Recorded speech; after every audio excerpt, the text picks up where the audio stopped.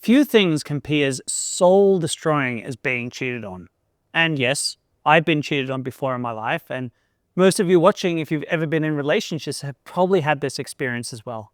So it's only natural that we'll want to do everything we can to reduce the odds of that happening to us ever again. Today, I'm going to talk about the most common reasons why women cheat, and then I'm going to look at some of the biggest red flags that you need to look out for if you want to be in a relationship where that's not likely to happen to you. But the very first thing I want to clarify is that cheating is never justified. It is never the right answer. So I say that because as I make this video, I'm going to be talking empathically about the reasons why women cheat. I'm going to be doing it without judgment, talking about what's the journey that women go through that leads them to make that kind of decision. It's important that you understand I'm not justifying it, just helping us to understand. By the way, guys, before I go on, if you're liking my videos and been watching a lot of them, please like and subscribe on this one. I know a lot of you who watch my stuff on the regular aren't yet subscribed. Please do it because it helps me a ton. Okay, so now let's talk about the reasons why women cheat. And the first one is a real easy one to understand. It's about validation. Validation seeking is a very real thing, and it is the easiest one to avoid. Quite simply, it has nothing to do with you at all. If a woman needs validation, that is, she's constantly seeking to have someone tell her regularly, you're attractive, you're good enough, she needs this psychologically in her soul, you will never ever be able to completely satisfy that. You'll never be able to feed that beast that lives within her. He needs to remind her that she's good enough. If she has this, she's likely to cheat.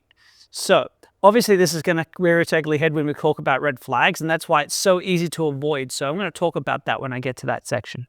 The second reason is emotional neglect.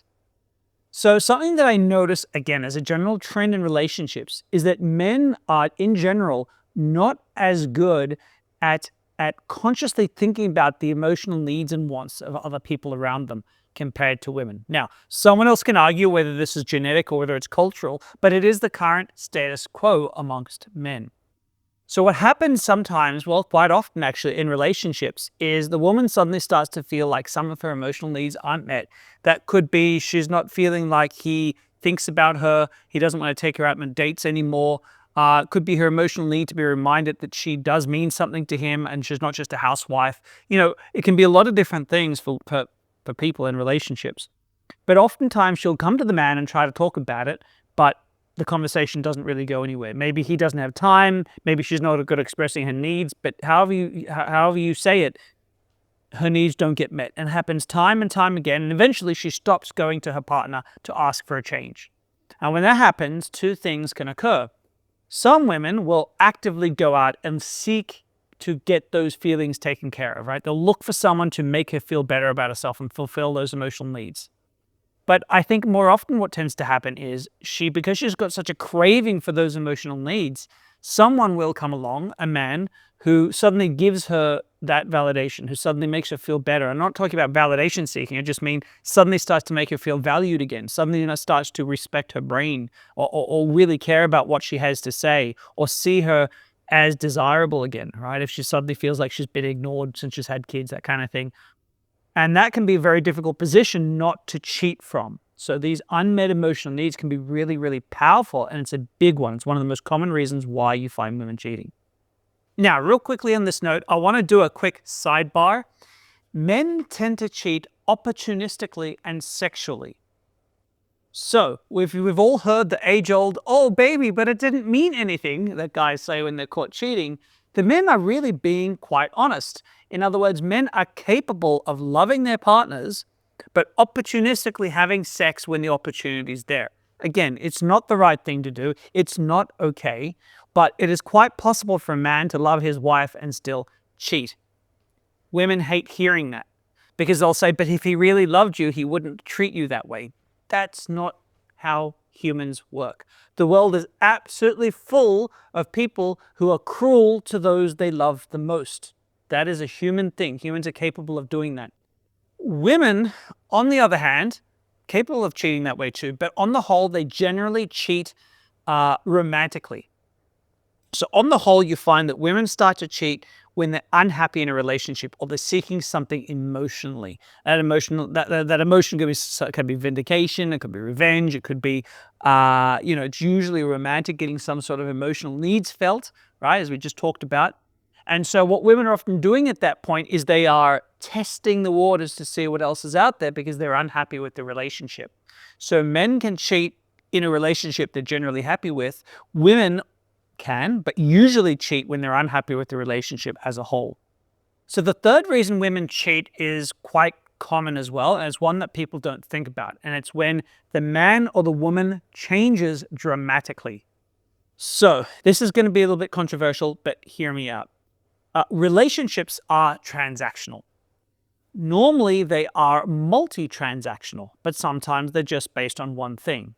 What do I mean by this? Well, you can have the stereotype of the really wealthy guy dating the woman who's really pretty. They don't really care much about anything else. She just wants a guy to support a lifestyle, and he wants a girl to make him look good. That's a one vector transaction that's happening in that relationship. But most relationships are multi-transactional. So I love you because you make me feel good, you make me feel desired, you make me feel safe and secure, you keep me company and make me feel not so alone, right? It's a list of things. And everybody has their own transaction list, things that's really important for them in a relationship, because you are making a sacrifice by being with someone. That sacrifice is not being with someone else. It's not being single. It's maybe costing you more. It's the time investment to have children with that person, and the list goes on. But we all have that list, and we actually need those. It's a transaction that we do. We offer something to them that they need, and they offer something to us that we need. And it sounds non-romantic, but when we suddenly don't get those needs met, it is hard to stay in a relationship. It's hard to stay loving that person because these things that you need emotionally aren't there anymore. So sometimes when there's a really drastic change, so for example, a woman gets pregnant, has a child, very often she changes dramatically, and the man finds himself in a position where his needs aren't being met anymore. In a healthy relationship, a dialogue should occur. All right? In a healthy relationship, because change is always inevitable to some degree, especially in a long-term relationship, normally you would talk about those changing, I'm not getting this anymore and I really need to feel this. How can we bring this back into the relationship? A healthy relationship has those dialogues, but most people on average are not the best of communicators. One or both partners aren't good at this. So needs just don't get met anymore, because someone changed. But sometimes it's the guy who changes as well. Right? We lose a job, we lose self-esteem, we see ourselves differently, our hormones change. Who are we now? I mean, men can have lots of different types of crises that are perfectly valid to have, that's life. But or someone gets sick, but the communication doesn't happen, and that's why all of a sudden needs aren't being met. The bad way to deal with that is by cheating, and that's why it's such a common one. The last reason I see is revenge.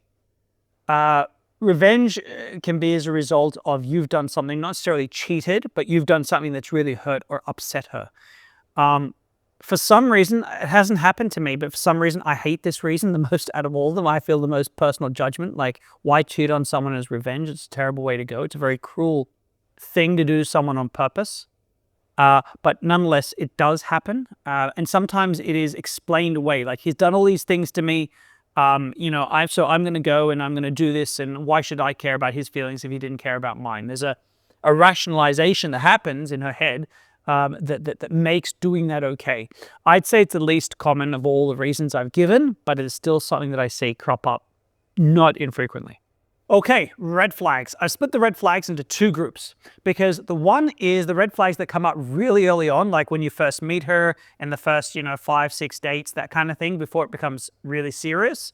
Those red flags that come up, and then there are red flags that come up later in the relationship. In other words, you've started off, she seemed like a good one, but now something feels off. What are the red flags that really do tend to mean something? Again, you can use the chapter markers if you want to jump ahead because you're trying to work something out in your own relationship, but let's get started with the early ones. Okay, the first is if she has done it before recently. Has she recently been unfaithful to a boyfriend? Was she unfaithful with you? That is even the worst, when you find a woman and she's in a relationship and she slies and cheats on her partner with you. That is a very, very dangerous one. It shouldn't be a surprise, but I have no idea how many guys are surprised when the woman who did that with him then goes and does it with someone else. The second early red flag is validation seeking. I talked about this before, but oh my God, it's a massive one. If you recognize in a man or a woman, if you're a man or woman watching, this is a big one for men too, but if you recognize that the woman you're interested in is seeking validation from other people regularly through Facebook posts, Instagram posts, they're regularly, I guess, putting themselves in positions on purpose where people are going to hit on them, make them feel good about themselves. Everyone likes that from time to time, but the more it seems to be a need that they cannot stop fulfilling, the more of a massive, massive red flag that is, right? Like influencers and that kind of thing, you often see that really strongly. They need the validation. If they're that kind of person, just avoid them. Seriously, avoid them. There's no recovery if they need that. If they can let go of it, if they don't seem addicted to it, if it's part of a money-making scheme, but it doesn't seem to be anything they, in day-to-day life, they're not trying to show themselves off for the validation, okay, maybe give them a shot. But if they're locked in that cycle, they are the most likely group of men and women to cheat that exist. The next early red flag to look out for is if her friends are cheating on their partners. This is something you tend to learn in the first, in a little while as you get to meet the friends and all this kind of thing. You'll hear her tell stories about her friends. If her friends are all cheaters, that's a bad red flag, because people in groups, we don't like it when one person is behaving well and the rest of us are doing something bad that we know is bad, right?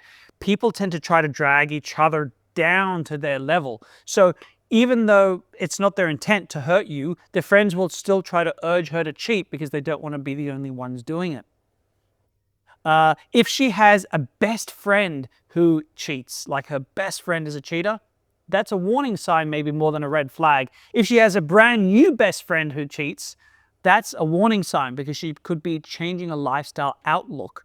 But if she just has a friend in the friend group or something who's a cheater, but the rest are like, good people, I wouldn't worry too much about it at that point. The next early warning sign is recent promiscuous sexual behavior. So I've seen a lot of posts with people talking about, you should never date a woman who slept with a lot of guys. Forget that, because it's a weak statistic. The far better statistic is how promiscuous that person was recently. So if you meet a woman who was, and this applies to men too, by the way, if any women are watching, but if you meet a woman who was, until 1 month ago, 2 months ago, 3 months ago, sleeping with lots of guys, going crazy, being a party girl, I'm not passing judgment to say there's anything wrong with that, but it's a red flag for you now because she is in that standard of behavior when you meet her. And we know statistically that makes her far more likely to cheat again in the future. So it is a big warning sign. If you meet a woman who was like crazy, a few years ago, and she had a period where she was crazy, but she's not now, I wouldn't worry about it so much. The numbers, the maths, the statistics that I've seen don't bear that out as being a particularly worrying situation. The next two are not paid nearly enough attention, these early warning flags. Okay, so the first one is that she has poor boundaries. So what do I mean by this? I don't mean relationship boundaries. I mean with like male friends, other guys out and about, this kind of thing. You'll notice that some women, they may be loyal, but it's like, oh no, I've got a boyfriend, right? As opposed to, no, sorry, I've got a boyfriend. Right? There's a different level of boundary setting, and one is weak boundaries and one is strong boundaries. You'll see it also in the way she treats her male friends, especially when you're around, the way she talks about them, things she does with them. If she has weak boundaries with men in general, that is something you should be highly, highly cautious of. I have female friends, and some of my female friends I have slept with in the past, not while we were friends, but we met as single people in the beginning, and then we realized we're better friends. I have very strong boundaries with those. Not a single one of those women would ever think it would be okay to flirt with me or try something while I'm in a relationship. It would bowl me over if she ever thought that was appropriate, because she knows I wouldn't allow it, but also I just wouldn't keep friends who would do that, right? Who would push that. That would be a boundary. If I thought that she wasn't capable of being a friend and supporting me while I'm in a relationship, I would not be her friend because I've got strong boundaries. You need a woman like that who can set those very, very strong boundaries. I know a lot of women who aren't, and I would never trust them to date any of my friends. the last early warning sign is if she cannot communicate her wants and needs. Also, if you can't communicate your wants and needs. This is a really big one. If either of you cannot, right? And I know plenty of people can't. If they can't, you will end up in a situation where their emotional needs not being met. Period. It will happen, and you'll both, one or both of you are going to end up feeling resentful. If you're in that situation and you do not have the ability to discuss it, maybe one of you is not a good communicator, or maybe one of you cannot receive feedback without, going crazy and feeling sad for themselves and not able to talk it out. If you want that relationship to work, you both together need to see a therapist and learn to communicate, learn to work through that. Because if you do not, you'll end up in that space where cheating is, I guess, it's fertile ground for cheating. Okay, so now let's talk about some of the red flags that come up when you're in a relationship already. Things have been going a long time, but what are you going to look out for? Okay, one of the big ones is she's radically suddenly starts to take care of herself. She suddenly starts dressing a lot nicer. She suddenly starts going to gym, eating better. There's a radical change. Now, not every time is that a bad signal, but usually big life changes are inspired by something or someone.